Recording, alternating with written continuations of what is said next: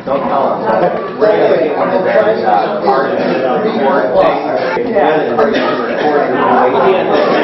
We're dogs barking. We're going to do for Christmas.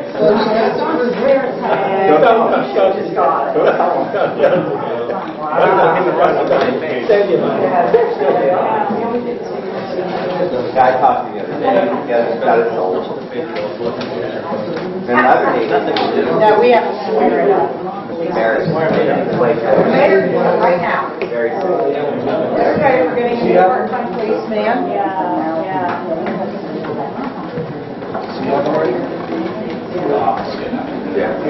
So wait. Thank you. This is Earl Neff.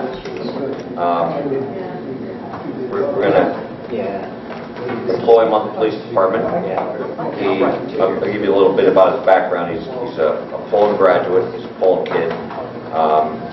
He was in the service for 5 years. He was a military policeman. He just finished a PADA. And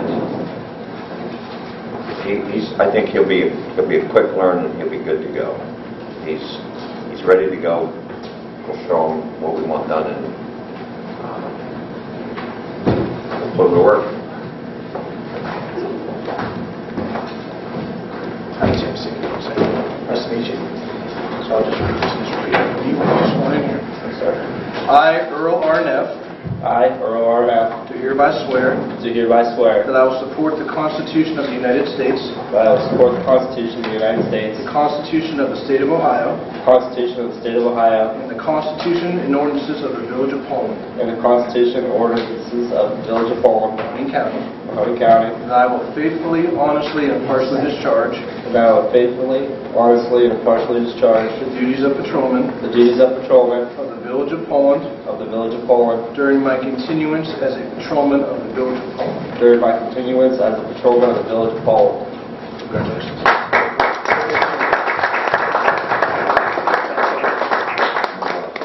We'll get all these signed. And Part-time for us? yeah, not until he gets his paperwork first. Okay. Thank you. No, I think so.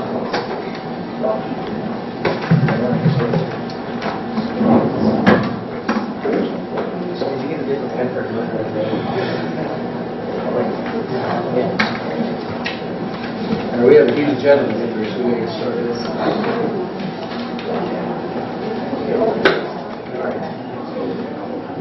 I don't know. Does anyone have any items for caucus? This is nothing on the agenda. I have a couple things that you probably could discuss, but I don't know. I didn't realize it was back. If you want to discuss them under Cooper, or if you want to discuss them under caucus, or whatever. Well, does anybody else have something more important that we should be taking care of? Okay, so the first one is the election. You know what? Let's do the other one first. The first one will be the sidewalk thing. Okay, so Gary Fiore was here at the last meeting, and we had some discussion back and forth about why we were dropped off the sidewalk project after being told that we were on it for the last two houses that lead up to Nesbitt. I had called and talked to the ODOT District 4's administrator for construction, and they referred me over to the county engineer's office, Mike Stepetich, who was, the county is actually administering the funding for ODOT in this project. So they're the contractor for the township. Okay, so I explained to him the situation, that we felt that it was not a very safe thing that they created by doing what they did, and it's supposed to be about safe routes to school, and they basically stopped the sidewalk short finishing what was originally told to us they were going to do. We had no notification from the county, from the township. They never told us that it was changed, and now it looks like it's not going to be done. Gary said that there was money left over on the project. The original estimate was $500,000, and it came in at $400,000. And so he felt that possibly we could get our hands on some of that money. He advised me to call Mike Stepetich. I did that. Mike said that he is the only people who can change that are the township. They have to be the ones to say, if it's their project, that they would do it. I explained to him that Gary told us that there was money left over. He said that there are change orders on the project that are probably going to absorb most of the difference. He told me along with Gary to call Geraldine Patton from ODOT. So that was the next step. I tried her. She said they don't have the ability to do that either. It's the township's project. She gave me the name of another person because I asked her, is there any money left in any project from the Safe Routes to School program? So she gave me another woman's name by the name of Victoria Beal, who is Ohio LTAP Director and Assistant Administrator for ODOT. And I'm still trying to reach her to see if we could beg, borrow money for those last 2 homes. I personally don't feel that we should have to pay for this because we were told that we were in it. We didn't budget for it. Gary said at the last meeting it would probably be about $8,000. Isn't that what you said, Joe? Yeah, that's what he said. About $8,000. Mike Stepetich said we're not going to have a lot of time to get this done because, first of all, the sidewalk crew is gone. They're done out there. We would have to get another contractor. We don't have a lot of time for the sidewalk, for the cement to set up, to finish that, which I don't know how much time do you actually need for the cement to set up.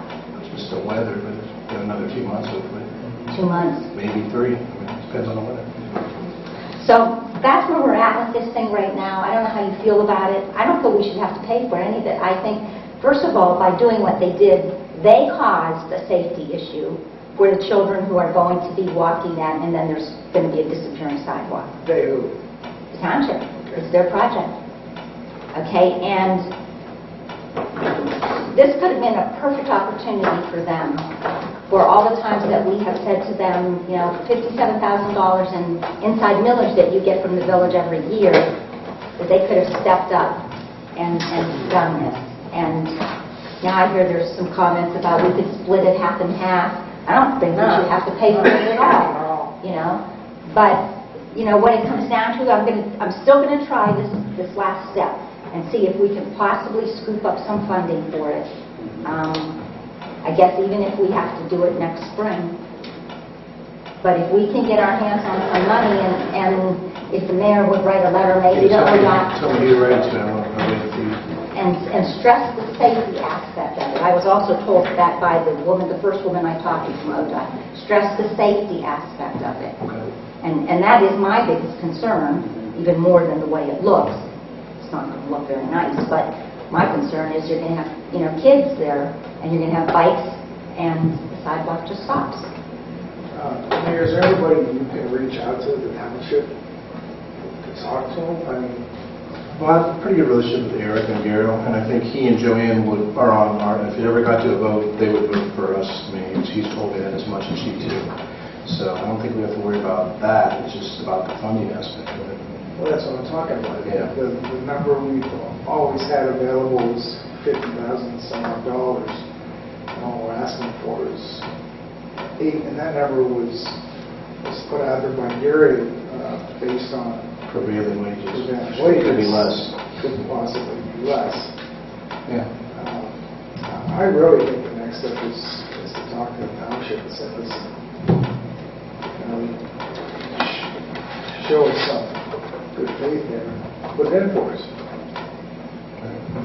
It sounds like you're just running the dead ends. I know.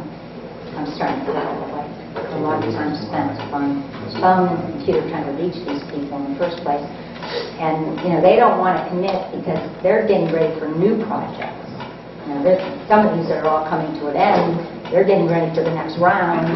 And we got just caught in the middle of it. And really, for $8,000, they couldn't have done this. Well, I suggest that the mayor write a letter to start it off. And then To the township or to the the township and explain our position. And to ODOT. Because I think it pulls more weight from you than it does. Absolutely, you're the mayor, and So why not reach out to the crier and the vindicator? I mean, when was the last time that they did our streets too? We do them once a year. Around Memorial Day. I've never read mine. Well, they do the main streets, like College Street and Main Street. For the parade, basically, is what they do. Before the Memorial Day parade. Yeah, so they move the parade out? And, you know, we've had citizens approach us many times about withdrawing from the township so that we could possibly go after some of that money. Well, now's a good time. And maybe we should be thinking about it. I mean, you don't want to be unneighborly, but they're not exactly being neighborly. You know, I mean, But then somebody said we're just one of many that may have a shot at oh, it. absolutely, because it's inside millage, everybody will be there with their hand out, but we might get something. I would bet money myself that we will get some part of that $57,000. So then, if we would succeed from the township, then we would not vote for their... We would not. You would lose the ability to vote for their people, which, is that important to anybody? Is that, Well, if there is a good relationship, it is. Yeah. yeah, I mean, really, they don't govern us. They don't do anything for us. And, you know, And I don't think it would change the makeup of the Western Reserve Fire District. I don't think so because of the joint resolution. Yeah. But that's what my question was going to do, was the fire department. No, I don't think it would. Because we get a resident from the village or a resident from Right. the Well, township. there was legislation passed on both ends to send that out. we might be able to find out a little bit more about that from Canfield, because Canfield City withdrew from Canfield Township years ago. They did the same thing. Did Lowville do it too? Yes, I was told they Did did. Lowville do The it? village did, I think. You know what, I'll call down there because I know somebody there that I can find out. You know, we talked about this about a decade ago, and I remember contacting Canfield Village, and they got all of the money that was going to. They got all of it? They got all of it. Well, we'd certainly like to shoot for that. Linda, the one sidewalk, the first sidewalk on the corner of Nesbit, Mhm. the first house, that sidewalk's in very good condition. Well, it's not very good, but it's decent. It's pretty good. Yeah, it's good. I mean, they've redone It's pieces not of broken it. up, it's- So really, So, but in One- between there, you have one one house, house. grass has come up through the sidewalk, you can't even really see. There was a sidewalk. I know. thought it was just a yard. no, there was a sidewalk there, and I think they just let it See, that's the deteriorate. issue, is those people are going to be responsible for replacing that. Yeah, there should be a Just take this sidewalk forward. there. Well, you know what's going to happen is, Yeah, yeah, yeah. that's what's They going to let their happen. sidewalk deteriorate. I'd like to see this I would too. explored first. Yeah. I think we should go to their meeting. Somebody should go to their meeting tomorrow and get on the record. Well, I have talked to Eric, Joanne, Jim. There's only one I haven't spoken to. And, you know, everybody gives you the same answer. No, Talk to yeah, the county. I'll write him a letter, I'll write another letter. I'll talk to Eric again, see if there's something that can be done. Yeah, I think personally our best shot is maybe to try to get Put it as somebody change order, throw it in as another change order. Yeah, $8,000 worth of shit. I think they have a little bit of an issue with the change orders right now. I'm sure they do those change orders too. Whatever. But yes, I'll do that. All right, so I'll still try to find out from this last person if we can, they borrow still some money here. Who are you going to send a letter to? Township trustees and ODOT. Yeah, I might want to send one to Patchy Lane too. Because I never think I'd come into you guys want to say. Right. And Patchinetti. That's a good idea.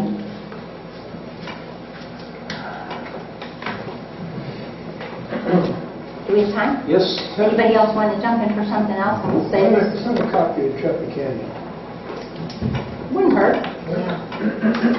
Obama. I got it. All right.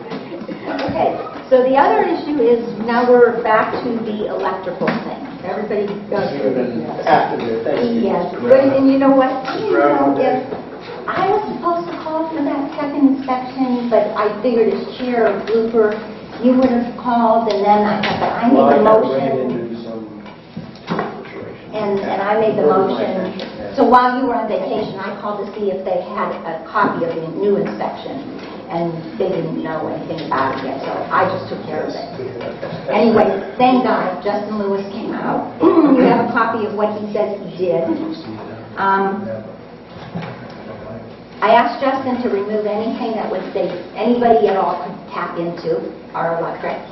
And they actually pulled the pipe off that was going into our box and tapped it off. And you can see his answer there. He says, whoever added the third pipe, the part of the existing wire slip pipe in the pipe have removed it from the pedestal, should have removed it from the pedestal and off of your property, and tied them into the SO service on the school side. They powered them off of the school service. He said, but it was the strangest thing. He said, I've never seen anybody do this before. What they did is they took the line, the electric line, off of school property, ran it over to on our property, inside that same pipe, and back out and to the other, whatever, two. There's two more vendors down there. There's two feeds that go south. One goes along the fence down this side, and one goes down along the fence this side. Those were installed the year before last. Yeah. When we had the original. Yeah, when we had the original thing. This year, when he installed his new service on school, Yeah. he ran the school line over to our box, hooked it in there, and then that now feeds those that go down the fence lines. So it's still our electric. Isn't that No, crazy? it's school electric going to village property, back off of village onto school. It's school electric. So sure Pulled it out of the lots box. about that.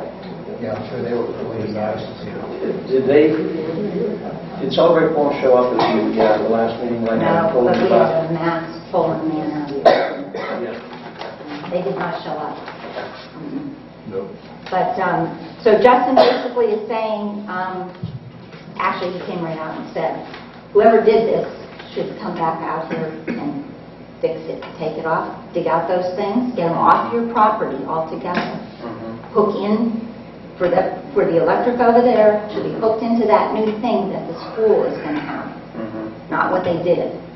And then he said, in addition to that, what we really should get done is get that dirt fill from the pedestal to the sidewalk, Yeah, so we have the height, the Right. depth. the 24-inch depth. And then he said, call him after that's done, and he'll arrange for the county inspection. He said that's already in his cost that he had built in. We made a purchase order for $170 for the bill from him. He said it's going to be less than that for what they did. And he said then you'll have a clean bill of health on the whole thing. But how do we handle this part about getting them to come fix what they did? They have not paid the original bill of $320. Should we have them come to the Blooper meeting before next council meeting? I don't think that we should argue with them about how we're going to take care of it. I think we should make a decision and tell them that this is what they need to do. What do you think, Liz? So there's a bill that's over $320? Yeah. The first bill. First inspection. That was the first celebration. Right, to repair the 11 or whatever code violations that were found. And I sent them that bill, and they had not paid it. All right. And now this And is now more. this, they came in again and I don't know really what happened because there was something in there that was feeding into the box, but there was, when they went to check it, when this inspection was done, there was no power being pulled out of our box. But this company, Dickey Electric, actually cut it off and capped it so that there's nothing now going into our electric box anymore. But all of those pipes, the conduit, there's 3 of them now because they added a third one this year. are still there on the outside of the pedestal. And that's what he's saying. Whoever put those on your property should be taking it off and paying for the cost. You should not be paying the cost of taking off what they did without permission in the first place. So we want them to pay for the original report, $320. This will be $175 or less. Yes. $150 maybe. Maybe. So $470. And to repair the electrical unit to what it was before they did their work or repairs. And we need to tell them that, though, in one clear, Well, I've been telling them for months and months that they need to pay the original bill. Now, this is something new and additional. Right. But they're not, obviously, they're not listening to me. And do you think that we're going to get any results without taking any kind of action? I was told by a third party who's trying to help out, trying to get us, get things together and calm down. But evidently Celebrate Poland was not listening. They were going to come to the last meeting to discuss this and ask us, questions about it. Well, actually, they were quite about it, is what it was going to do. But it sounds like they're not going to be cooperative. And we don't want to do that. We don't want to have that fight here again. They feel that we're wrong. They feel that they paid for that service and they have a right to come and do whatever They they did want not pay with for it. that service. No, they did not. And I have a voucher to prove it. Yeah, we paid, and I've told them that multiple times, that originally when Celebrate Poland switched over from Poland Forum to the other groups working on it, we were asked about electric service, and we put that in as our share. And I remember that clearly because I was involved with it. So I think it's time they get a letter from either the mayor or the solicitor. Yeah, if you can, send me an email outlining. I think I understand it, but I want to make sure I have the details correct. Okay. And then I'll, look at it and then make some revisions and send it to them. Okay. I need to know who to send it to. Craig Morrison. Okay. But yeah, he's the chairman. I would also, because while Lytle was actually did the work, he needs to be copied on that letter. Well, we don't know if he did the work. We think we know. No, he did the work. We saw them. I saw them do it. And actually, this year, we saw Bob I saw and him Greg. in the process. I was doing my daily walk, and I happened to be walking by, and I asked him what he was doing. And I told him, "Get your hands off of that." He said, "Well, I'm just moving things over the school property." And I told him, "Why did you not ask us permission to touch this?" He said, "Well, I thought it'd be okay for me to make changes." And I told him, "You're going to touch this, you need to ask permission. Whether it's good intent or not, you still need to ask." So I told him, "Go ahead and continue and do your disconnections." And so forth. Is Celebrate Poland Nonprofit? nonprofit, or do they know what are they? Yes, they are Are they nonprofit. I believe they're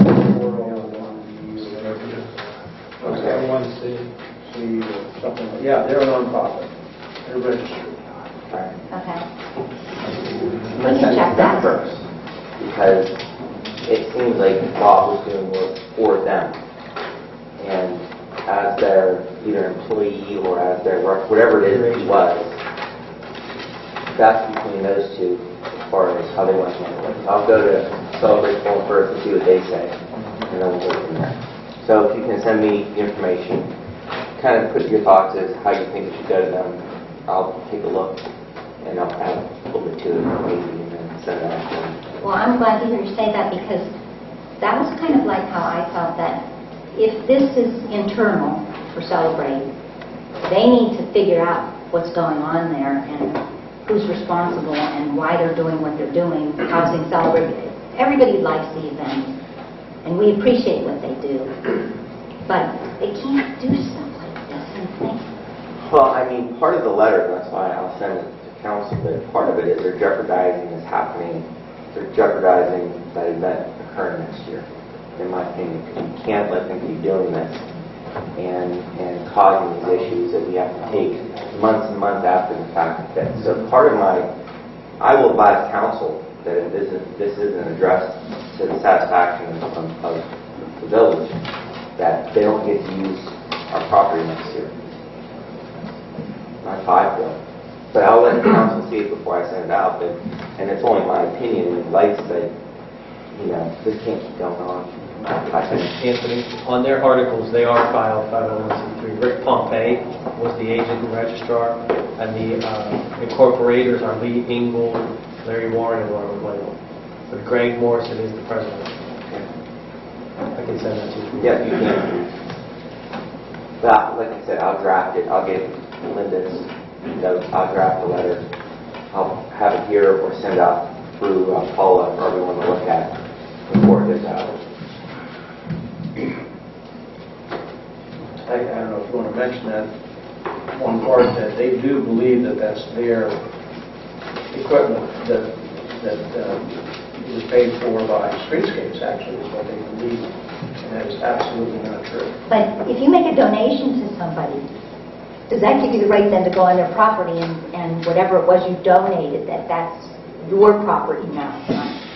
Because if that's the case, we can go after the trash receptacles that we gave them early on to help with the Yellow Creek Theater. Now, that makes no sense at all, what they're saying. All right, 7:30, please stand for a pledge of allegiance. Pledge allegiance to the flag of the United States of America and to the republic for which it stands, one nation, under God, indivisible, with liberty and justice for all. Roll call, members. Mr. Cassett. Here. Mr. Donovan. Here. Attorney Limmer. Here. Mr. Major. Here. Mrs. Cernick. Here. Mrs. Jack. Here. All present. Acceptance of the minutes from the previous council meeting.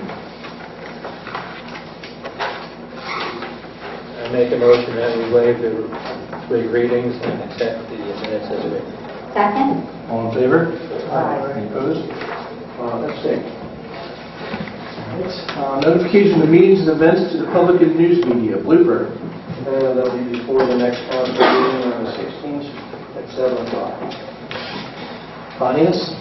On finance, I just want to give you a heads up that shooting for October for our meeting that needs to be held for hospitalization. We want to make arrangements for National Healthcare to be at that meeting. So if during September sometime you could just let me know what works for you so I can get that scheduled. Legislation. No. Police. Nothing. Streets. September 16th at 6:30. That's before our next council meeting. Boards. ARB. ARB meets first Thursday of every month, 7 p.m. Village Hall. This month we do not have an agenda, and therefore no meeting. Planning. It'll be Wednesday, the 17th at 7 o'clock. Board of Zoning Appeals. Our meeting is going to be scheduled sometime in the end of September, but we don't know the exact dates yet. Western Reserve Fire District. We will be having a meeting on Wednesday, September 10th, 7 p.m. at the fire station on 170. Forest Board. The fourth Tuesday, September 23rd at 7 o'clock. And High Memorial. What do we have? We usually have the fourth It'll be the Tuesday, 17th at 3 o'clock. 17th of September. That's not the fourth Tuesday. What are we doing? We're not consistent. No, it's the 3rd. We've been meeting on the fourth. No, yes, the 17th, that's what we agreed on at the 10th. Is that behind? Yes. Okay, 17th at 3 o'clock. You mean when we were up here the other day? Oh, okay. Will that be here? 17th. Yes. We'll give it 6 this month. Okay. All right, report from Mayor. Nothing in writing, but we had spoken last time about the gas rate, and it has been set now. It's 4.315 for MCF. That's starting the, it's going to be a two-year fixed rate instead of 1 year. They felt it was better to go that route. So that will start in, I believe, November. And us, Youngstown, Poland Township, Boardman, Austintown, Canfield, a lot of people are in this. But that's 4.315. There'll be information coming out soon, but that has been agreed upon. Who's that with, Tim? That's same IGS Energy, same who we're with now. IGS Energy. Says, letter from IGS to your residents announcing a new rate are scheduled to mail on September 22nd. 3 similar but distinct letters will be sent: an opt-out notice to current customers, an opt-out notice to newly eligible customers, and a solicitation letter inviting residents applied by marketers other than IGS to take measures to receive the same offer. So they'll send it to everybody basically. And you can opt out any time, so if someone gets a better deal midway through, they can get out of it.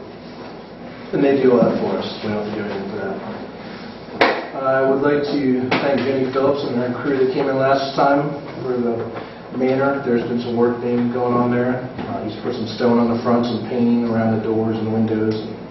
Hopefully that continues, but it's a start. So, How can he do that if he has no permit? it's abating the nuisance, I guess. Yeah, Mr. Major, I gave an opinion that we did not have to give him a permit to abate the nuisance he created. That way we don't have to get into fine him for another year or whatever the permit is. So it's my opinion that he can go and fix that home to get it safe and to get rid of the nuisance he created by taking the hole off and by stripping the walls and the exterior. So I've covered that. Hey, that don't seem right. He's working without a permit. You told him it's okay. He's working on it now. But who says, how is he going to abate this nuisance? It's up to council. Who's going to do that? Who's keeping an eye on this job? Right there. That would be me. And how are you going to handle that?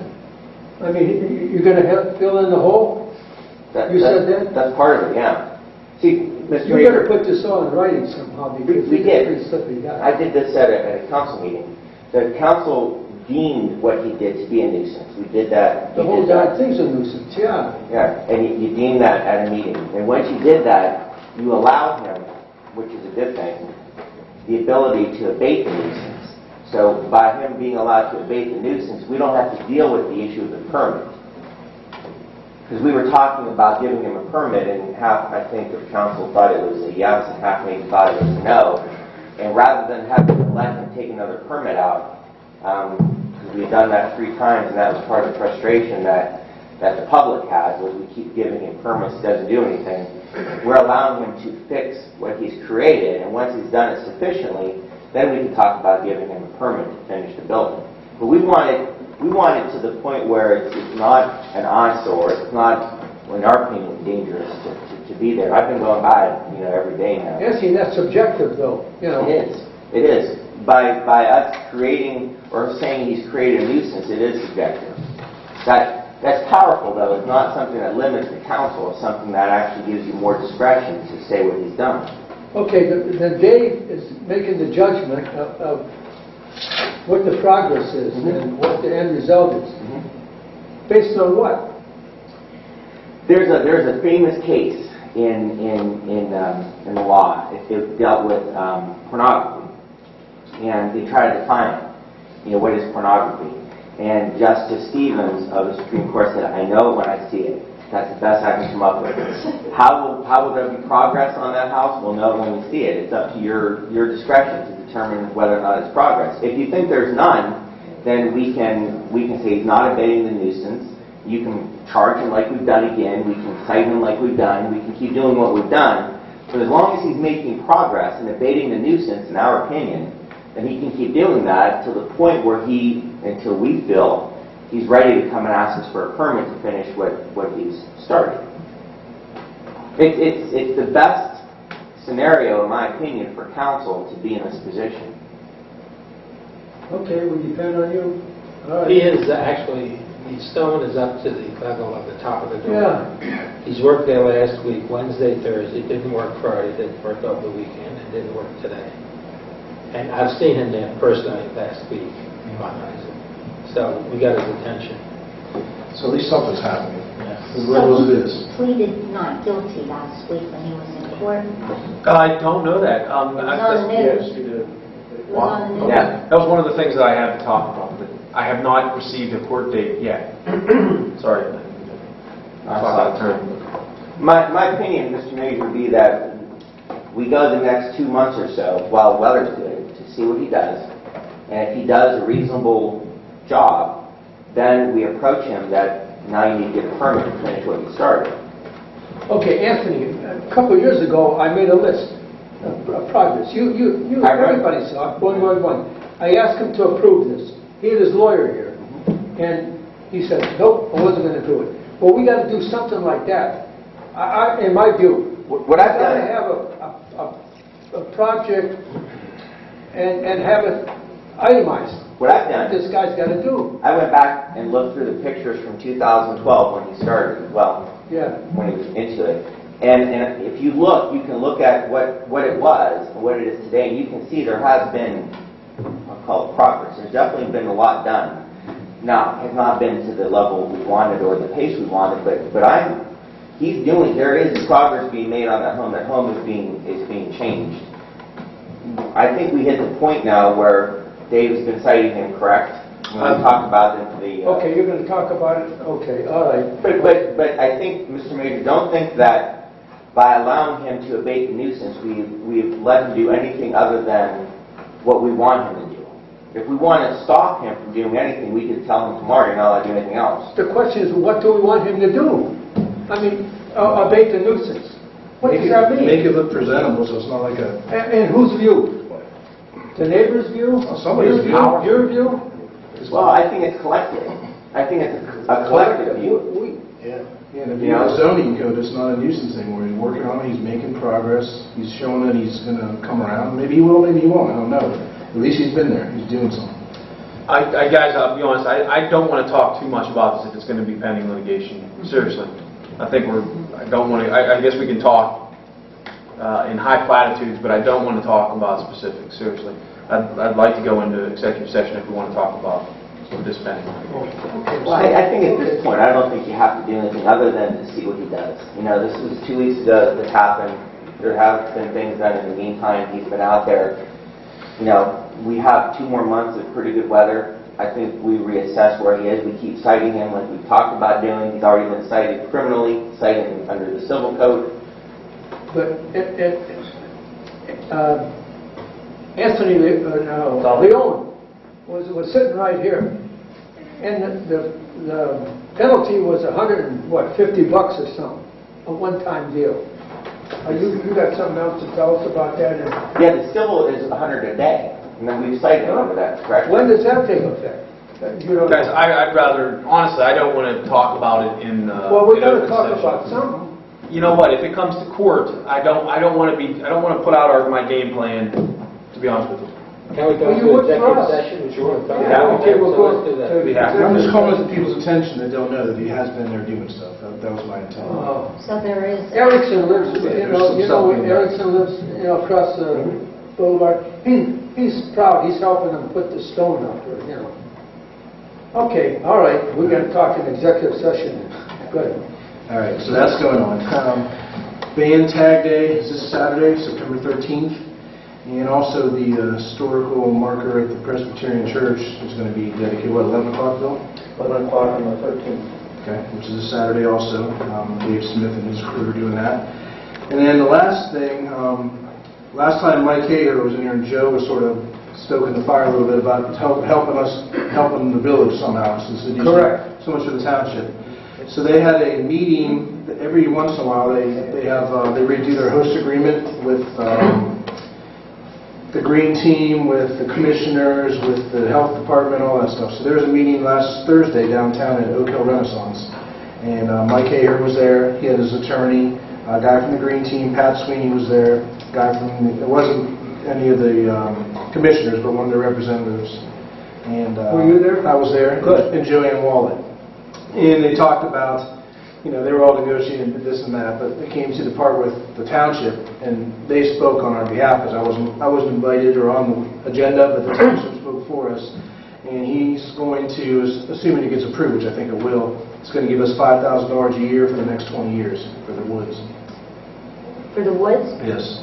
Well, that's good. Yeah, so Good. he said we'll start next calendar year, but they're For going to... 20 years? Yeah, because they did their agreement till 2035. And that could be tweaked. I mean, they could do in 2 years from now, go back and do something different, but that's the agreement right now as it stands, it's for the next 20 years. And then when it renews again, and he'll be gone, obviously. Right, He's right. retiring next year. Yeah. But he wanted to get us in on the, the ground floor, so it's like a precedent, and then the next person will do another agreement for the next 15, 20 years, whatever. He thinks the life of that could be another 80 or 100 years maybe for the landfill. So. You were invited because we were a signatory to that agreement.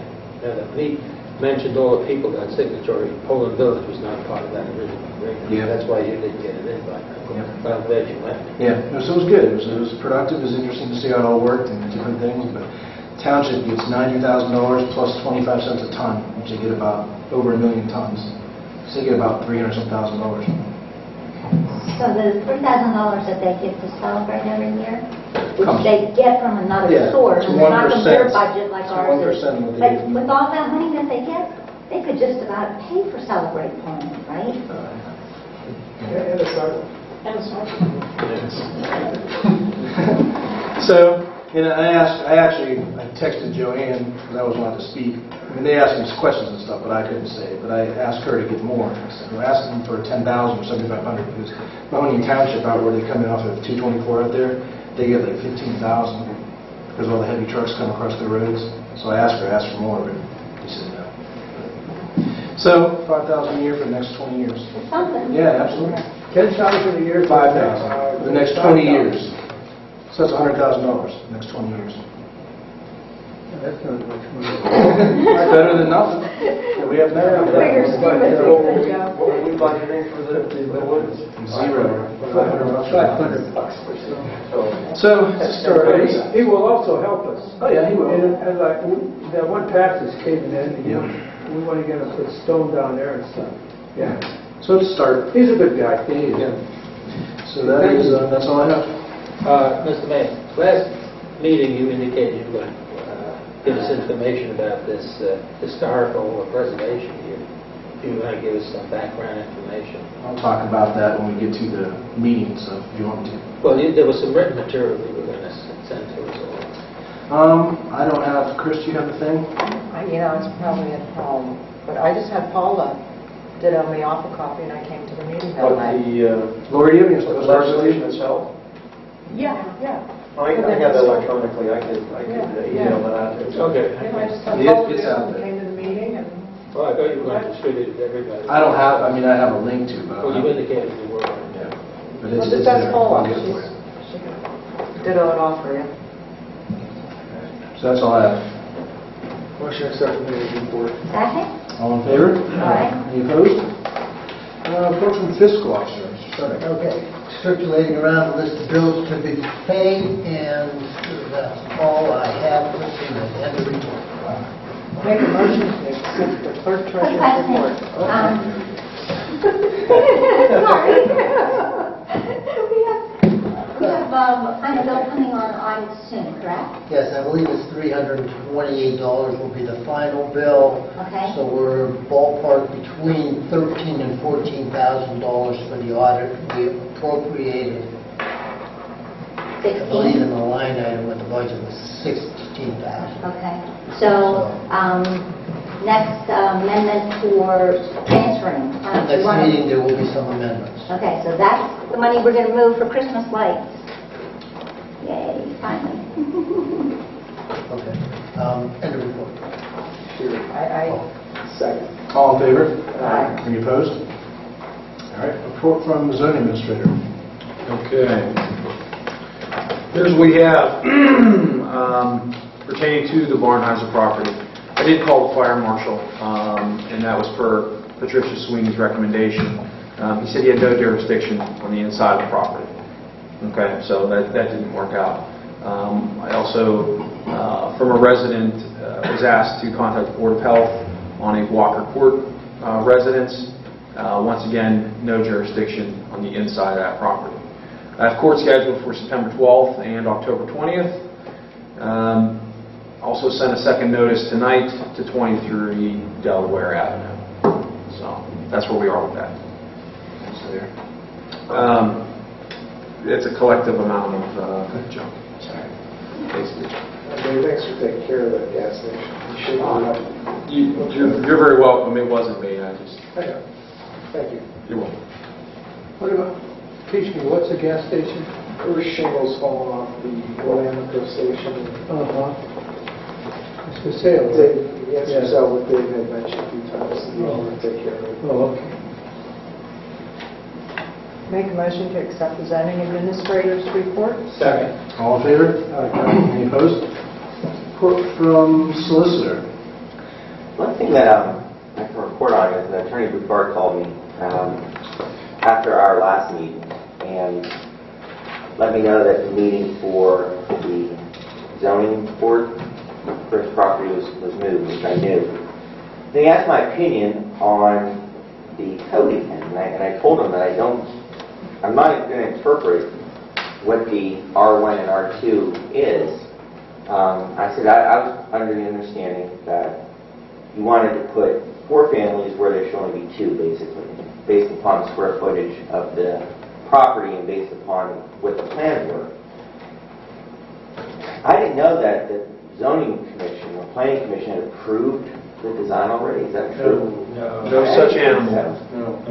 He's under the impression. No such animal. The planning commission approved the replat of the 2 lots, that's all. See, he's under the impression that planning approved this. Yeah. Approved, I'm sorry to interrupt, approved of what? The plans for the That doesn't exist. There's no such approval process for, quote, the plans. I don't think so. He has to go through. We replatted the property to 2 lots. All right. That's it. That's all. So he's under the misconception, number one, that he's on the second prong of what he needs to do. Who's under the impression? Attorney Bouchard. I'll give him a call back. He was going to research the difference between square footage in determining R1, total square footage, and the amount of living space per home. Because he was trying to fit more families into less space, is what they're trying to do. I said, number one, I'm not going to give an opinion on whether you can do it or should do it. It is the law is what it is as far as what the code says. If you want to change that, or if you want an exception to it, then you've got to come and ask the zoning board for that exception. The zoning board only recommends the council, is my understanding, as to whether or not the exception should be made. It's council's decision ultimately whether to do this. Is that not correct? I want to make sure I've got this right for him. So to start, he's got to win over the approval of the community, which I said you don't have. The majority of people who live in that area do not want this to occur. And not that the zoning board is bound by that, but that's certainly influential in what they do. And then council is not bound by that. So you've got a long way to go to get where you want to be. So I told him I would continue to have dialogue with him about where he is in the process. But after talking to him and after talking to council tonight, it confirmed that I don't know that he or they understand exactly what their objective is here. I don't think they understand the process where it goes. So, like I said, I'll be in dialogue. I told him you can call me whenever he wishes and send me wherever he wants to. He's going to research these things as well. I've gotten nothing since then. That's where I left it. So he got the replat, thumbs up, But but he never filed it. Is well, that at the correct? meeting, he hadn't filed it. He said he was going to file it the next day, but it was just, depending on what happened at the meeting, I'm sure. So he had it in his hand, but he hadn't filed it. And now there are for sale signs there. I know. So question of ownership is a real Problem. lulu, legally as to whether he's the right party to make this application. So it's now September 20 something or other? That's the date of the next zoning? No, there's no meeting set. It's going to be sometime the end of September. Okay. There was a continuation of the meeting. All right. a continuation. Just let me know, please, when that is. Yeah, sure, if we need you. That's it. Along those lines, I think that prior to having any Board of Zoning Appeals meeting, I think that they need to produce a copy of their option to buy to make sure that it's still intact. And I think that the replat, they have to prove that the replat's been filed. Otherwise, we're talking pie in the sky. Oh, it hasn't been filed, because we signed tomorrow. I know that we have. I The know other that we have. document is the person who's listening it now. What does that read? Is that subject to this outstanding option? I mean, you're playing a game here with this, that somebody else has the right to buy it, but it's going to be subject to an option that he has on the property must be on it. So that has to be examined as to whether he has the true, right to that We property. went through this before, where people have options on properties, and that entitles them to ownership. And then they try to do whatever they try to do, but if it doesn't work out, then they don't exercise the option. Right. They let it expire. I think that the option does give them ownership. If I remember our code, our ordinance, it says either owner or some other word that empowers the person who has the contract for the title to the property. So, I don't know what their intent is at this point. It seems like they're trying to still go through with this fourplex, the two duplexes. But if they don't get it, then their backup is probably to sell it, is my guess. And it's a good Well, I don't option. think they're selling it, somebody else is selling it. Right, they're not the owners. Who gave So- them the option? Not to exercise the option, they're allowed to go back to the owner's house. You're right. So, I have a question. Then if they don't own it, who did the replat? The owner of the property The at owner the time of the made property. the request for the replat. And there wasn't two individual lots? What was the replat? It was replatted from one lot to two lots. Oh, it was, And the owner at the time made that request, but they were being represented by Master and Mr. Major, what they want to do is they want to put a duplex on each lot. yeah. The amount of the square footage, I believe, is 10,000? Their lots are approximately, without having it in front of me, approximately 17,000 and 21,000. The way that I interpret and the way that the solicitor interprets the zoning code, that says that 15,000 square feet of lot space, not living space, lot space is required per family. Per family. So they're trying to put two families in one lot. I'm on the zoning board of appeals, so I know, yeah. Okay. But I just wondered, it was one lot before. It was one lot. Okay, I got it. It wasn't one lot. Yep. It was two lots, wasn't It it? was one. It was one lot. Just one, the whole thing? Dave, has he filed any more applications and paid the filing fee? Nope, that's one of the sticking points that I said to him, is that to file for an application for a variance, a zoning variance, you have to have a check attached with it. And he has not produced the check. So, That's all I have. Motion to accept the solicitor's report. Second? All in favor? Aye. Any opposed? Report from Chief of Police and Street Commissioner. Both departments submitted in writing. Motion to accept the police chief and street commissioner report. Second. All in favor? Aye. Opposed? Report from engineer. No report, except we talked about the sanitary sewer, right? And, the bid came in at half of what they estimated. But I checked and Bo was supposed to be a legitimate, good contractor. So, Half of what was estimated? yep, 400,000 against 800,000. Who's the contractor? Joe Boba. J.S. Boba. But Chris, you said it was not a good idea. And I checked, and who does your son-in-law work for? Yeah, but they were the second highest bidder. Yes, they just said to take pictures of College Street, take pictures of the woods, Yeah, because with the bid coming in that low. yeah. It's weird. Yeah. But then look out for the change orders. You know, so keep your eye on that stuff because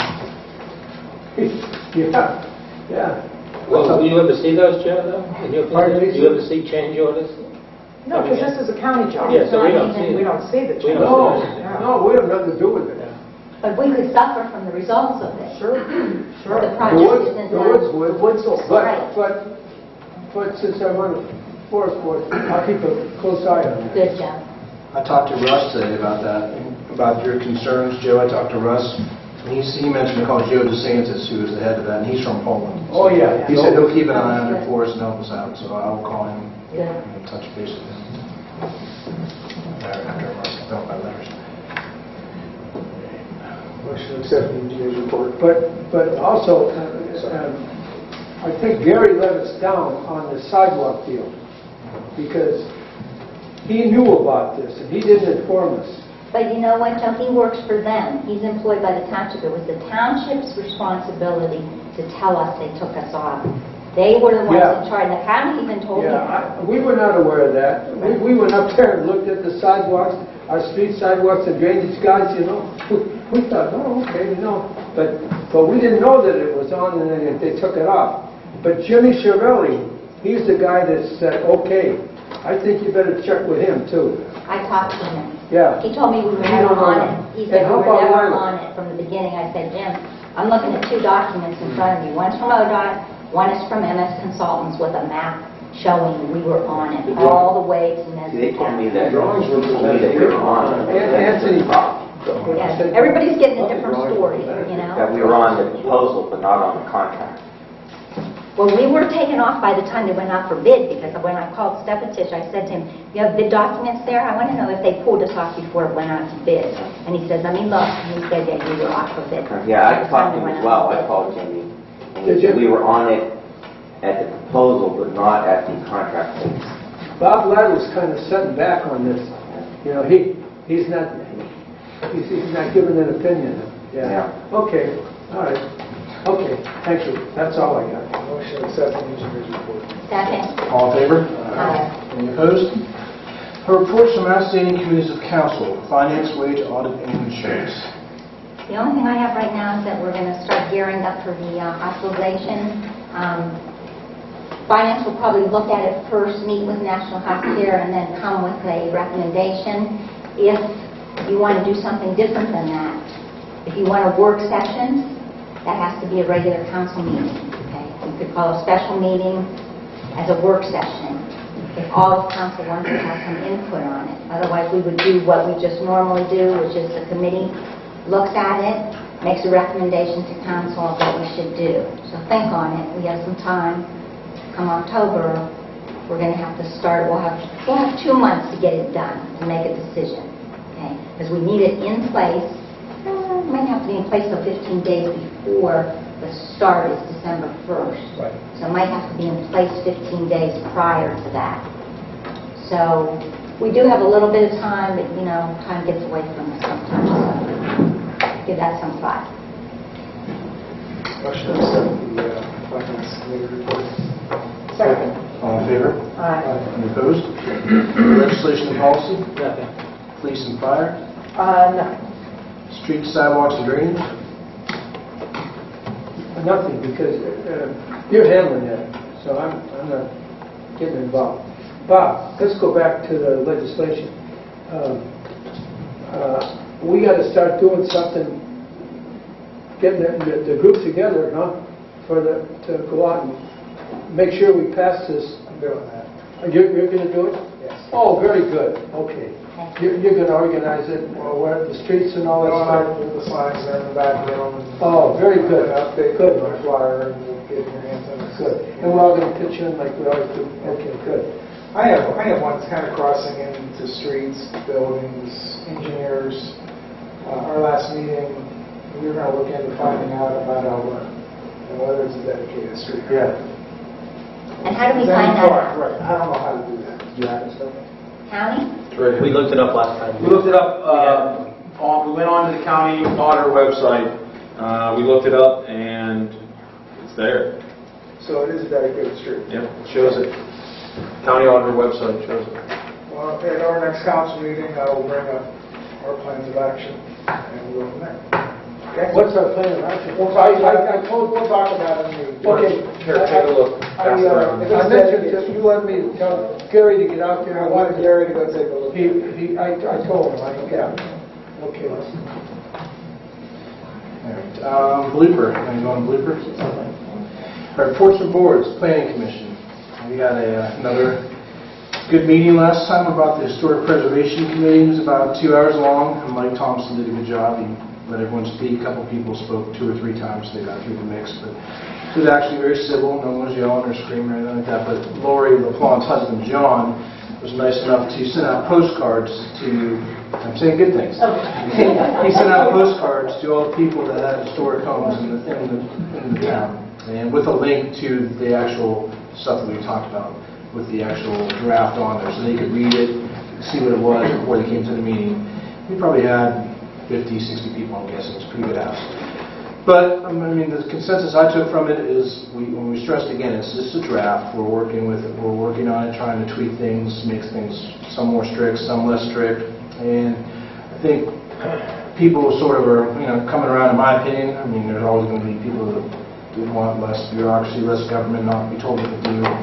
But it was positive, and some of the people in the crowd were, suggesting things, maybe helping out a little bit. So it will continue again. Like Mike Thompson said, we'll have as many meetings as we need to have here, and then it will come over to planning and council, all 3 readings, public meeting, public hearing.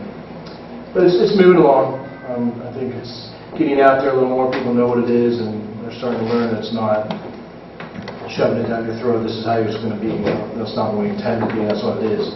But hopefully Bill will be back at this meeting. I will finally make good. You're missing all the hot topics. Good for you. But yeah, it was, like I said, very civil, and a lot of good input. We're making some strides. Well, shouldn't Bill Thompson maybe come here and talk to us? Because I really don't know what they really mean by everything that he wants. I mean, he's the leader. Who's the leader? He's the head of planning commission. Did you ask him to come to a council meeting and talk about it? He did. He came to a council meeting. It's been going on for probably a year almost. I think. Because it's cost, people are really concerned about it. I mean, I get a lot of comments about it. It's a dollar issue for people, the preservation of the house. Do you have that link? Do you know what that link is? I don't. I gave my copy to John. Or do you know what the... I don't know it off the top of my head. Text him. Yeah, I'll text you. I can text Okay, you. can you do that? I don't And know. I'll sign the link out to the rest of the council members. Okay, good. Thank you. Does it give people some leeway? Is it very stringent on? No, it's not very stringent at all. It's very, like 1900 is the year we're using, but that could be changed. I mean, you have to start somewhere. You had to, you can't say 1910, 1920, whatever you say, someone's going to go, well, why not this, why not that? Just they throw things out there, and we're going to tweak. If it ends up being 1905 instead of 1900, we'll work on that. It's not carved in stone. But another issue is, do you want to do it? Well, that's what we're trying to figure out. I mean, that's what Mike said in the last meeting. Rebecca Rogers has some pretty good notes, but he said, you can go in this spectrum and say, we're going to do it 100% this way, or we're going to do none of this, or we're going to do some of it. It's a work in progress. I think there are things that need to be done, maybe not all of it. When the group was put together, I think the goal that they were given is to put together legislation that would be minimal, but would protect and prevent buildings from being destroyed and from being razed.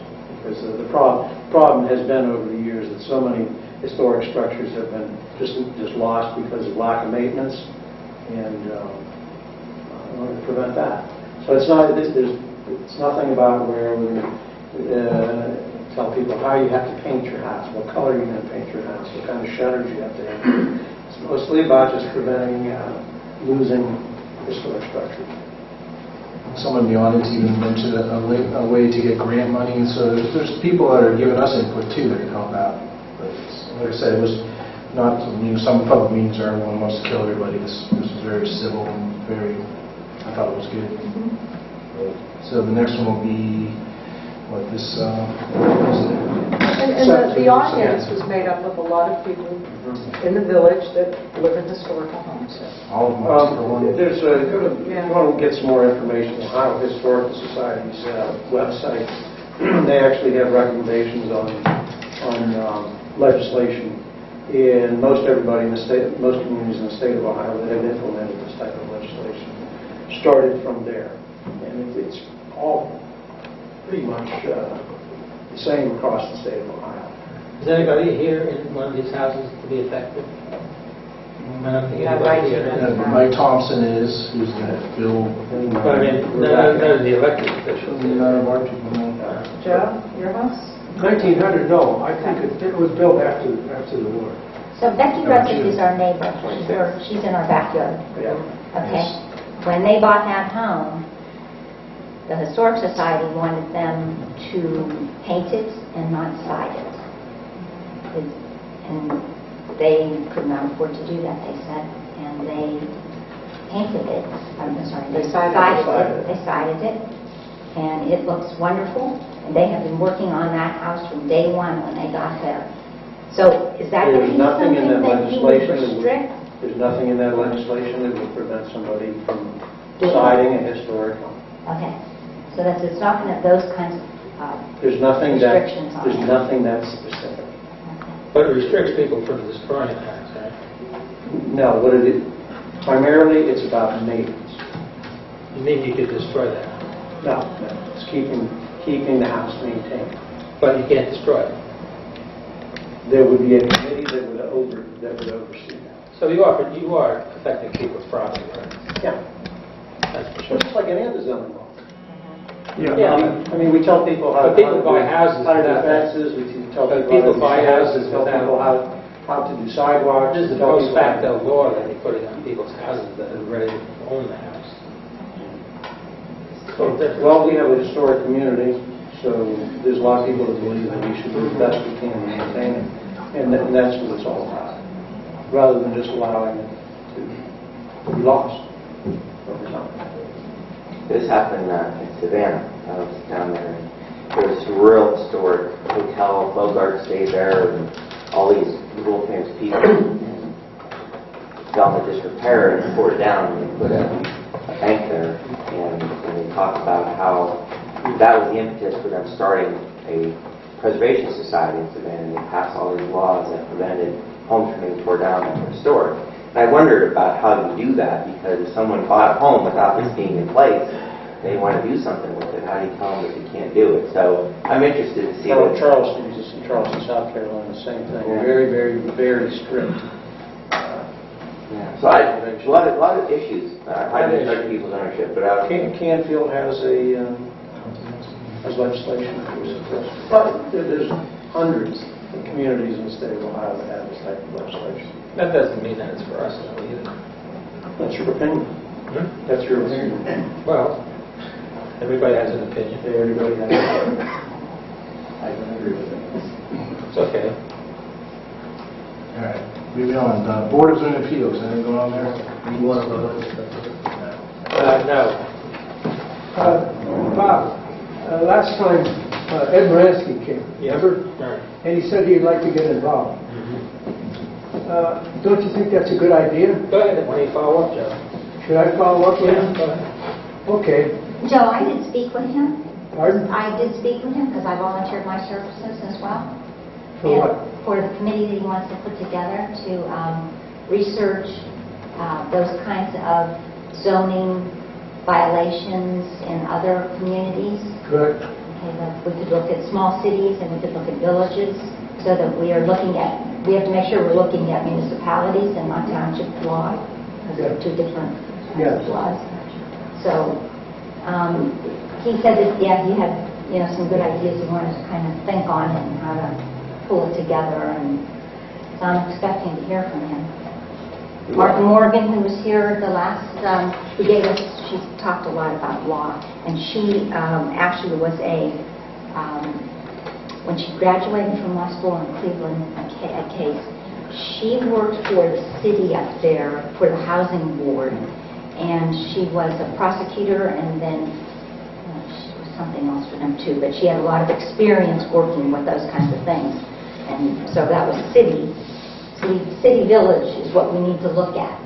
So, I mean, we This could, is we could, just in regards to what did Moransky do? he actually made a recommendation that he thought it would be a good idea to form a committee who would research the zoning fees and things like that, the zoning laws, to see if we could put more teeth in our zoning. So something that the manor does not have Yeah, yet. okay, I wasn't aware of that. Enact instead of react. Of course, then obviously you have to go to the planning commission. His daughter lives down. She just bought a home in the manor. Yeah. I mean, I think it would have to clear our legal, it would have to clear, whoever previously, actually, does legislation get pulled in on that too, if we're writing legislation? Right. Well, it's zoning legislation that have to go through the grind. And some of those ordinances, we can probably just pull up online for a lot of places are online for their zoning codes. So, American Legal Publishing right. is the site you go to. So the thing of it is, we have to narrow it down, I would think, to what sections we want to look at first, because we're certainly not going to pull everybody's complete zoning code and start doing it. I mean, that's just... The historical group, so they went to all the different communities in Ohio, but they pulled a close community to us, which was Chagrin Falls and Medina. And they found that they had very good zoning codes, and then they're historical. So check those two. Medina, a city or a village? City. All right, ARB. Back to planning. I believe somebody came to the meeting also and talked about fences. Yeah, that was the very beginning. Oh, God. Do you remember that guy, Dave? Yeah. Mr. Morrow. Oh, I'm sorry. It was the neighbor, Ernie. Oh, yeah, over on Ernie the barber. Centennial up there. Yeah. Came and talked, gave his side of the story as opposed to what we had heard from Mr. Morrow at the last council meeting. So it's an ugly situation that honestly started when the homes were built in 1967. So. Did you take a look at Ernie's situation? Oh, sure. I looked at it from both sides. But there's nothing in the zoning code that would prevent them from doing anything. Our fence code is weak. That's correct. Extremely weak. That is correct. So, according to our code, to my knowledge, at the time it was built, it met the requirements. It was built years ago now. It just happens that the house that was built there in 1967 or 1970 was built too close to the line. That's what it comes down to. That house was built too close to the line. On both sides. Yeah. Okay, I didn't know about the other side. Yeah. Our fire department took a look at that. Yeah. It's not a good idea. No, You can't do that I would agree. right now. I would agree. Father in there. It's not a good situation. Yeah. They just knocked the fence down that says a fire, And again, that's another thing the planning commission needs to look at. I have to disagree with you. I think that's a legislation issue. I mean, you're talking about changing ordinances? That's the zoning code, though. That would be the plan. Okay, fair. And he basically said, he's stuck in a situation, but to prevent future people, sort of. Yeah, but he knows there's nothing we can do about it. Does the planning commission write the laws for a village? I didn't think so. Zoning code. But those are laws as well. Right. So the makeup for government of a village and a city is that the legislators are able to write the laws as long as they're approved by our legal counsel. Correct? Correct. So how does planning commission get to Well, write they those? propose it. The planning commission proposes, what council can propose to planning commission and vice versa. But everything has to go through the planning commission. So they have That's to give Ohio us, state law. they have to give us a thumbs up, you mean, according to our own They would make it codified right ordinances? if it applies to zoning. According to our own codified ordinances, not Ohio Revised Applies to Code. zoning, it has to go through the planning commission. The planning commission then makes a recommendation to council, and then council would approve it from there. If there's I think the council has to vote 2/3 to overturn a planning commission recommendation. Okay. Is that, I think we may be talking out with oranges because I think planning commission would have say over project-specific things that come before it, whereas legislation would be the one to draft proposed legislation to go before council.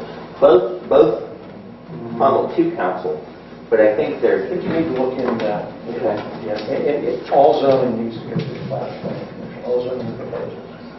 I will, because I have it wrong then. Because I thought legislation created, like a subcommittee in Congress, they come up with a proposed law, it goes to...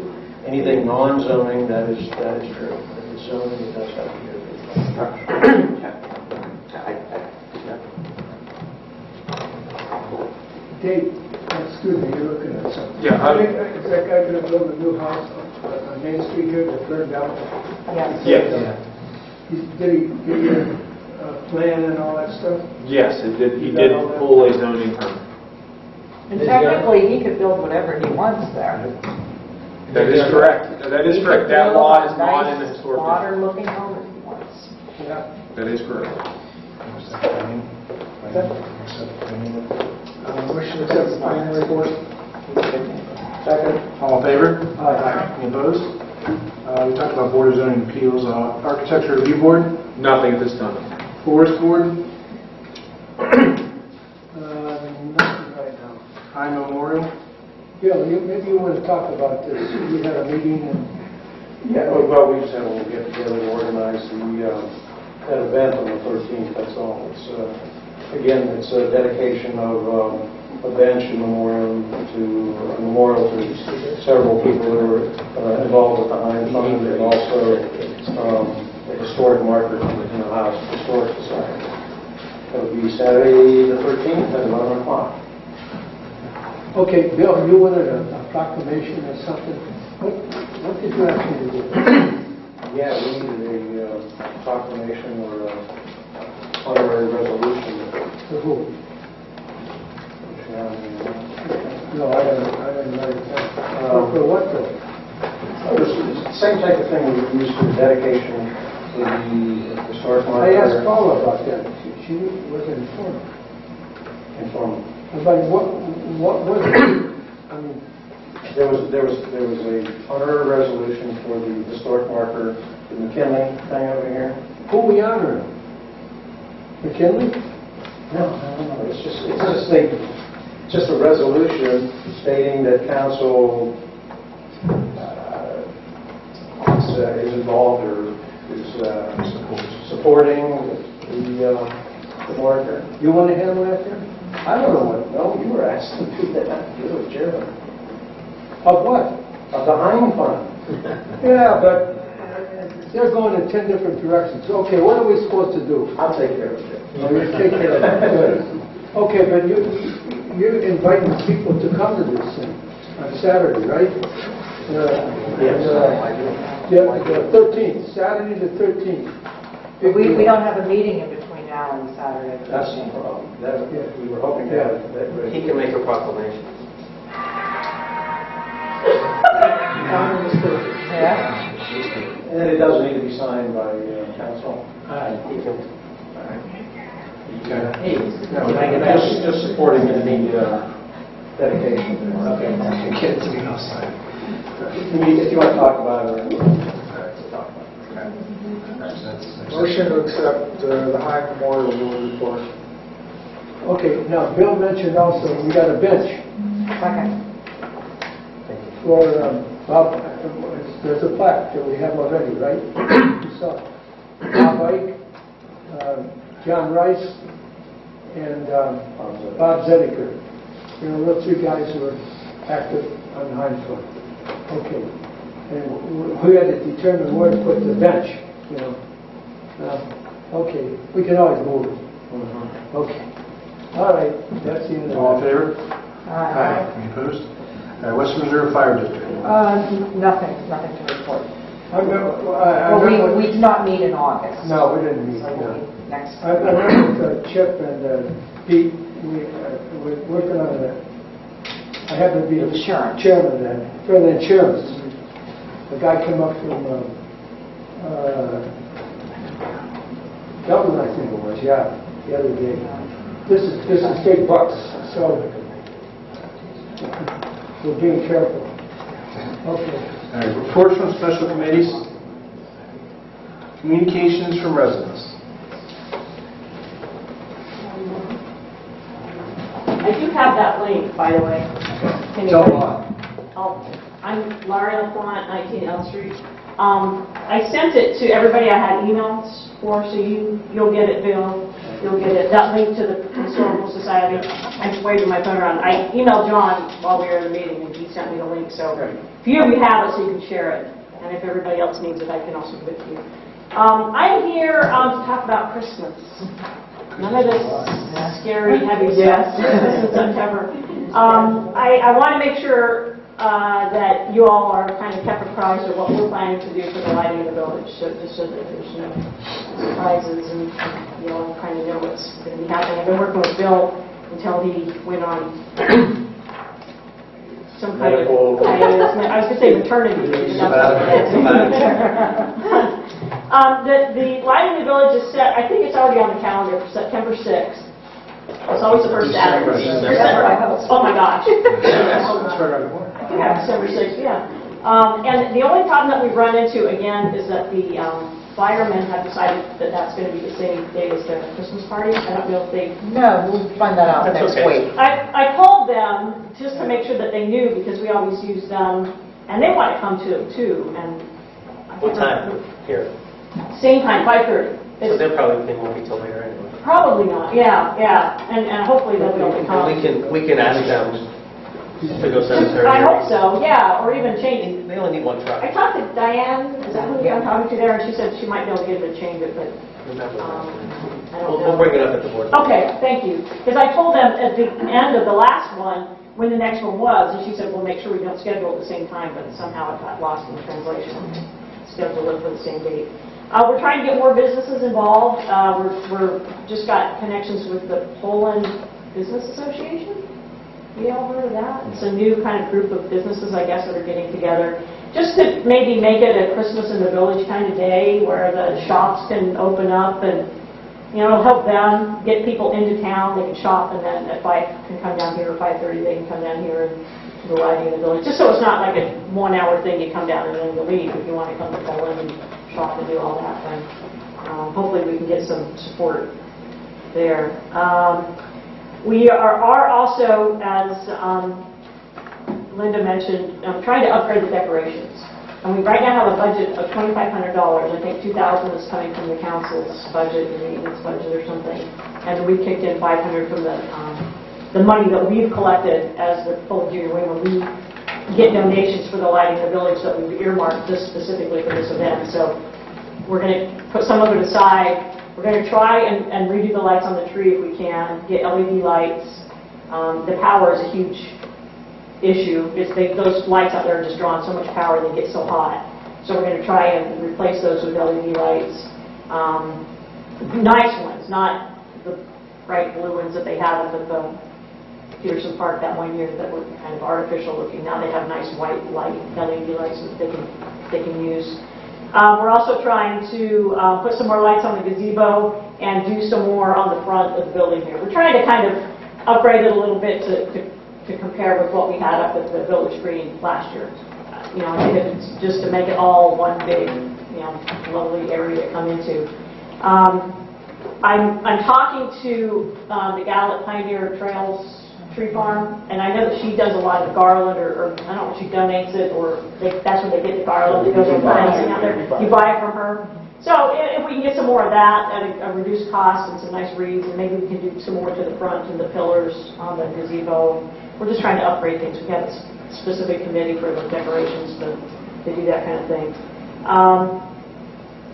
Let's see, what else? We talked about doing a phased approach. We know that if we try and do those lights on the tree, it's going to be really expensive, and we're not going to be able to do it all for $2,500. I think they spent, I don't know if you know how much they spent up at on just the lights at the Village Green was $7,000-10,000. Yeah. So it's a very expensive. So if we could do just a little bit each year, and as we get more donations in, we'll keep that just for the the decorations. So we're trying to get other community organizations to help. We asked the Women's Garden Club, but they wanted to kind of focus on the gazebo back there. So we're trying to see if we can get other organizations involved to help out with that. And let's see, what else? The other thing we would like to do, and I wanted to bring it to you before we went any further, if you're familiar with the way the carriage route goes, the carriages, we only have one horse-drawn carriage, and it picks people up right out here, and it just goes down Portland to Lee? That Lee Street, yeah, and then back up College to Whitnowers, and just kind of does a big square.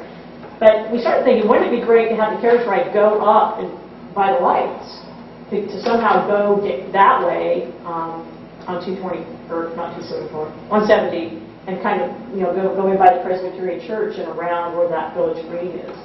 And I don't know, do we see problems, and Russ isn't in here, but problems with the traffic flow? Would that cause too much of a traffic Sure would be pretty though, wouldn't it? I mean, it'd be a nice route to take people, and especially if we want people to go that way. It's only for an hour. Any thoughts? The carriage rides run, I think we have them going from 5:30 to 7. Maybe we only do have it for an hour. I can't remember. And we looked for another carriage, but we can't. They're so cost prohibitive because they have to have so much insurance to do public rides. I asked the gal at Pioneer Trails, and she said, yeah, we have horse-drawn wagons, but we can't take them out of the farm. So what would you think about that, Russ? If we took the carriage down 170 and then kind of around the Presbyterian Church by Village Green, would that be really Dangerous? dangerous? I mean, they do have lights. They didn't have any problem going on 224. They assured it, they've got the lights and they go in traffic a lot, but I don't know if it would be. I'm not the one that would make that decision, but 170 is a state route, and what time would we be doing this? 5:30 to 7:30 on Saturday. Would we even be permitted to do that on a state route without getting permission from the state? Yeah. I mean, we do it right here for a block now, but Yeah. Sure. yeah. I would probably feel more comfortable on side streets, but I'm not the one that makes that decision. And that would be this group, or who would make that decision? It would be this group. Okay. I don't know. Think about it. I mean, it's a ways away, and it would be nice, especially to highlight the Village Green. The only problem is it's a longer route, and we're going to get fewer rides in. I mean, last year those rides were donated by the Rotary. They paid for the wagon, which was really nice, and so it was free. Nobody had to pay, but it was first come, first served, and a lot of people that didn't get to ride. And you hate to tell kids that are sitting there and the parents are going, there's a horse and a carriage, but kind of neither here nor there. Anything else? Do you have any questions for me? Any comments? I'm going to try and come once a month and update. Yeah, the lights on the tree, you're going to want the street department to put up the lights. That's what we're right now. We've gone out. We've put out an RFP, a request for proposal, from different lighting companies to put them up, because we want to get a ballpark number. They may all come back way above what we can spend, and I'll have to. Because I know Edison puts out the lights on. Right. Yeah, we sent it to 3 or 4 different companies, and I think we have it coming back on the 19th of September. So at that point, I'll know more. If it looks like we can't afford to have anybody put lights up, I'm going to have the street department. We're probably going to have to take those down and fix them. Or I don't know. I guess we should just turn them on and see if they need to be replaced. Right. Yeah, I know. Well, I'm letting you know now. Be ready. Because it's probably going to have to happen. Are we adding to what we have, or are we starting from I scratch? think what we're looking at is just starting from scratch. I don't think we can add to those because there's so much to drain on the power right now that we can't do much else, because those are tripping the breaker. And if you were aware of, even at Christmas, on Christmas last year, those were off. They tripped some kind of breaker, and they didn't even come on. They came on the night of the event. They did that. Actually, they were unplugged. No, I got under that damn tree and checked. I did. I crawled around. Somebody told me that they were I unplugged. crawled around on Christmas morning down there trying to figure out, and they were all plugged in. And I even got in the basement one time before you guys closed down, just to check on And the switch was on down. Yeah, because, everything. Because we got graded at. Yeah. The problem was those are, they aren't LED, Right. and they're old incandescent bulbs, and they are a big draw. Yeah, they're huge. And they weren't cheap, I mean, they were expensive to buy, but I don't see any other way. Should we just go ahead and plan on taking those down at his best available time? Or do you want to do it at the same time, put them up, take them down? Tell me. Well, it takes a while to replace the bulbs. I think we should maybe look at them. Maybe before we take them down, let's plug them in, see what they look like. If we have enough, you know, when I replace the bulbs, it's maybe 30 in each strand. There's 3 big strands that are broken or that don't work. If they look okay, but they just don't look okay. No matter what we do, I don't think they look okay. But if we don't have enough money to hire somebody to do it. But if it looks like it's too cost prohibitive to have somebody put them up, maybe we'll just buy the strands and rely on the street department to put them on, which I know is not easy, but... Lori, Yes. why don't you contact Michael Simon, see if he wants to help? I am working with Kathy Lynn. Who? Kathy Lynn? Yeah? Yes. And she has been in contact with them, but so far they haven't. I don't know if she's actually proposed to them, can you do this? But they haven't jumped up and said, yeah, we'll do it. So, and I don't have a personal connection with anybody there. If one of you could, it'd be I great. believe they plan on expanding what they had up at the Village Green this year, too. Yeah. Well, do you have a connection? Can you It talk to seems them at all? like or- they wanted to do that, but they didn't seem to have too many goals here. I got that impression as well.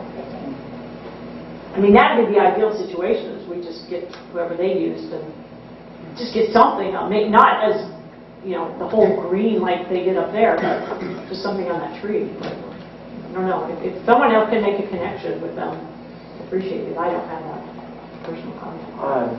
It's my understanding that Kathy's been trying to get Michael and Ed at the next home fund meeting. Maybe Maybe we can kind of drop in here. Yeah. And the other help we need from the fire department is, I don't know if you remember last year putting out the fire barrels. Everybody loved the fire barrels, but the big problem was putting them out at the end of the evening. They were still burning. And the fire chief was here, and we were cleaning everything up, and he came to me and said, who's going to stay here and watch these all night? And I said, and he wanted to come with a big fire truck and spray them, but then we didn't want the whole place flooded. So finally we ended up using 5-gallon drums and hauling water from the basement out to put them out. But they were still smoldering the next day. I think Paula said they were still kind of smoky, which was okay. I think it was more of the spark thing. So maybe you could ask what is required. Is there a spark arrestor screen that we can put on and they'll be okay with it? I didn't know exactly what What they kind of were. cans were they like? They were just 55-gallon drums. Were there lids? No. If you can get the lids, that's all you need. That's all we need? Just put the lid on and, Take away the air and put it out. yeah, okay. But I know that they also have, those guys also have some equipment that they can take off-road, like if they have to go into a forest and do something, they have packs that are water tanks that they can actually do it. Yeah, and they can get their connected to do that stuff, so that might be something we talk about. Okay, yeah, I looked at Christine, but I guess maybe if you could. Yeah, we're on the, we'll be Okay. there next week. Yeah, if you could just talk with them and tell them, we're going to do the same thing as we did Why last don't you year. come? Yeah. Why don't you come next Wednesday Would at make 7? them happy. Wednesday, yes. 7, at Station 92 Okay. up by Dobbins. All right, I will do that. That way, if we forget anything. Okay, yeah, all right. And so if you have any questions for me, any concerns or whatnot, just let me know. Maybe go through Bill, because we're kind of talking all the time about what we're doing. Just wanted to make sure everybody's up to date and no surprises. And get it on your calendar, because it's really fun. Pray for just a little bit of snow, but not too cold, I guess. It's a great event. Thank you. One other question. I know I don't want to drag this on. Do we have a noise ordinance? Yes. Is there something that says that garbage cans can't be emptied at 4:30 in the morning? Yes. Who do I talk to? You are talking. Oh, my garbage cans. The garbage cans behind the middle school this morning, 4:30. Kaboom, kaboom, kaboom. Yesterday morning, on whatever that holiday was, Labor Day, at 6 o'clock. Did you get the name of the company? What is it, 6 or 7? I think it was 7. 7. Is it 7? That's You what I can't pick have up read before that somewhere. time. Supposedly. I think it's BFI. I'm not sure who I'll have to look at the cans, but I think they're BFI. So they must have a driver that is raring to go at 4 in the morning. Linda, I think it's 6 and 7. 6 in business, 7 in residential. Oh, okay, I knew there was something that was I said. think there's 2 separate times. Is that considered business? Would a school be considered business? That's that many, you're up at 6. That's terrific. I wasn't up at 4:30 this morning, I was not a happy camper, so. Are you sure that was necessary? I'll text you, I'll go by the can and look at it and let you know. I mean, it has a sign. Why don't you leave that information with Paula so that Dave can know about it? Okay. Sure, be happy. Because that's a zoning thing. Okay, so let Paula know and then she can let you know. Absolutely, I'll make a phone call and tell them to stay out of the village. That'd be great. Thanks. They'll hate me, but, thank you. Thank you. Ken Adams, 354 Johnston Place. First of all, I want to say thank you. I appreciate the quick response. I was here a month ago. As far as filling the potholes on Alvern, I made sure that I was available in the morning so I could at least be there. So I appreciate that. I know they brought in, I don't know how many yards of dirt that bulldozer holds, do you know? But I know they made about 4 or 5 trips in that bucket, so that was quite a bit of material to drop in that hole. Overall, I know I've ran into a couple of you since then. It's made the situation better as far as just living with it, so that's why I appreciate it. I'm glad to hear that you found out about the dedicated, that was Alvern you were talking about, correct? So I don't know where that'll lead us. It doesn't sound like you guys quite know as well at this point, so I'm curious and anxious to see what happens there. But I appreciate it because I was at least able to get my driveway sealed from, give it a chance to dry out. It's helped with a lot of the water. It's still puddling, but, I know you guys came to meet. I'm sorry I couldn't make it. I was in Cleveland that night. So I don't know what the results were of the meeting, if you had anything that you wanted to share with me or ask any questions. We talked to the neighbor behind you. Chuck said? Yeah, and, he explained a lot of stuff. Yeah. He had some ideas about how to grade it, things like that.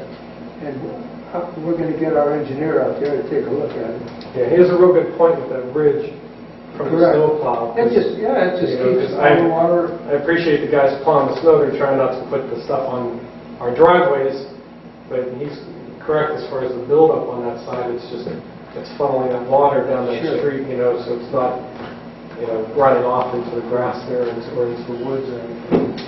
Yep. So, our tree committee went up there. We held our meeting up here at their place. Okay. Chris and Mark, myself, yeah. I have a question about that, though. Why was there a barrier across that road at one time? Was that a private road and it changed to a dedicated road? According to all the maps, it's a dedicated road, so who knows? Does anybody know who put the barrier up? There. It's just there. Yeah. It's always there. I would assume. Because it would open and close in the winter. Yeah, in the wintertime they open it up for smoking. Chuck's been living there forever. He probably knows. You were into that. Yeah, I think I'm sure it was there before he was thinking. I would think I can ask him a question. He's always talked as if it's been there. Because I know when his kids were little, when I first moved in, my kids were real young, and we were talking about that, when I first moved in. So it sounded like it was always there. So, yeah, at this point, the problem with that smooth surface now is people are flying through there, probably 25, 30 miles per hour on average as far as that goes. And I know Chuck talked to you about the dust, things like that, that gets kicked up. So that's why I said it's much better, and I appreciate it. I just hope to see, I'm anxious to see what else happens with the dedicated road situation, because I know that's been a long time to be questioned as far as whether it's dedicated or not. So thank you very much. And I like the sound effects you brought from Mr. Hurd. Anyone else? Any communication purposes? Okay, any new business? I have something I'd like to talk about. I got a call from a lady that lives over by Johnston Place in North Main Street, and I guess according to her, there's been some residents who are questioning if we're going to put that light back on flashing now that construction's over. And And I said, we'll talk about it in council. Her thought process was to have it flashing, so stuff moves through there quicker, trucks stopping and starting, and it's hard for her to get out when the light's on, because people will let her out, block the driveway. I don't know if that's consensus from everyone over there, but that's what she said. I talked to Russ about that, but it was my opinion that it should be operating when the buses are their school hours, it should be their school hours. So we can program into that for that? I don't know. Russ had talked about setting up a timing device, but we hadn't agreed on what to do. But I'm firmly believe that when the buses are running, it should be operational. Exactly. We found the equipment, it's working as a traffic light. I like to leave it there. But it should not be operating 24 hours. Put on the timer. No, like the other Yeah. lights in the village. There's still a lot of traffic because people are avoiding the circles. So there's still a lot of traffic coming around. Actually, it's died down. And I know when my house on the corner, I wished every day that light was on. Because it's a bad intersection. I saw more crashes over there than... Well, I said I'll talk to Russ and see what he says. Yeah, but we got to make a decision on that. Not tonight. Talk about it. No, but not, just don't say, yeah, we're going to take it down. No, I didn't want to say that. Yeah. Talk about next. I don't think that there's a timer on it right now. Okay. The controller's working, but I'm not sure that there's actually a timer as well. So, but I don't know. There's something to think about. Mr. Mayor, was just a question about that light. At certain points when it was first put up, the light on Johnston Place, it would go green, and within 3/4 of a second, it would start going yellow. I think it's been corrected. I'm not sure if you were aware of it, though. But it would go yellow, and it would hang on yellow for a long period of time. And We should get Russ out here. I saw, myself included, got kind of in a situation where, you don't know whether to go or not. And I've seen other people that get stuck in the middle of the intersection, so you might want to put a little look on that. So that's fixed. I'll try to pay attention. There was a point in time when it was green on one side and the green on the other side for a second. Yeah. That was corrected. Light on Johnston and North Main Street. Talking about maybe putting on a timer, perhaps, during bus hours, having it working and flash other times, perhaps? That's possible. I will have to pay someone to do it, though. I'll get a price. Okay. I think that's a good idea. Your question? About the, I don't know if you're aware of it. It looks like it's been remedied, but I'm not sure. I haven't paid attention to it for a while. But there were some points it didn't seem to be consistent. It just, every once in a while, the light on Johnston Place would turn green, then it would go yellow, like in 3/4 of a second, and it would hang there. How long ago was this? It was a couple weeks ago. I think, like I said, I think it's been remedied as far as that goes. I've had it serviced a couple times to make sure it was okay. I know it was causing a problem. I saw almost a couple accidents because of that. Yeah. And I'll be honest with you, most of the neighbors up there kind of wish that I would leave it alone. Absolutely. Just leave it on. Most of the people I've talked to. Any other new business? Yes. There's 2 line items on here, Bear Brothers and Kathy Lynn. Where are those? Bear is for the, case jackets for the court. Okay. And Kathy Lynn was a reimbursement for shipping, which she did not include on the original PO for the bench. And in addition, they had to do a larger size thing in order to get the 3 names on them. So there was a little bit of additional cost.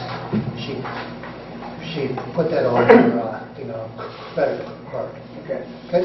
Just curious. Anytime. Thank you. Any old business? All right, motions, ordinances, resolutions. Second, third readings. Presentation of the bills. Make a motion that the bills be paid.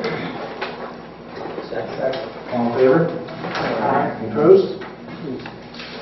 Questions from the news media? All right, remarks by council. Sorry. I just want to remind everybody that school's back, so we got to watch out for the little people again, because they don't watch out for themselves most of the time. And not too early to start thinking about leaves and the fact that, we need to be cautious about the leaf situation too. Some nasty things happened with that last year. And we want to be sure it doesn't happen in our community. Mr. Limmer? No comment. Yes. No comment. Mr. Cassett? Nothing. Mr. Donovan? Just, I want to thank Linda for kind of carrying the torch for me for one of our kind of been exposed here. You're welcome. Mr. Major? We're going to go to executive session. Oh, okay. We'll get your motion. For what reason? Litigation. Litigation. Second. Roll call? Mr. Cassett. Yes. Mr. Donovan. That's okay. Not a good- Attorney Limmer. Yes. Mr. Major. Yes. Mrs. Cerny. Yes? Mrs. Yap. Yes. 360. It looks like Do you want to leave, Mark? 8:49. we'll make it back. Said he-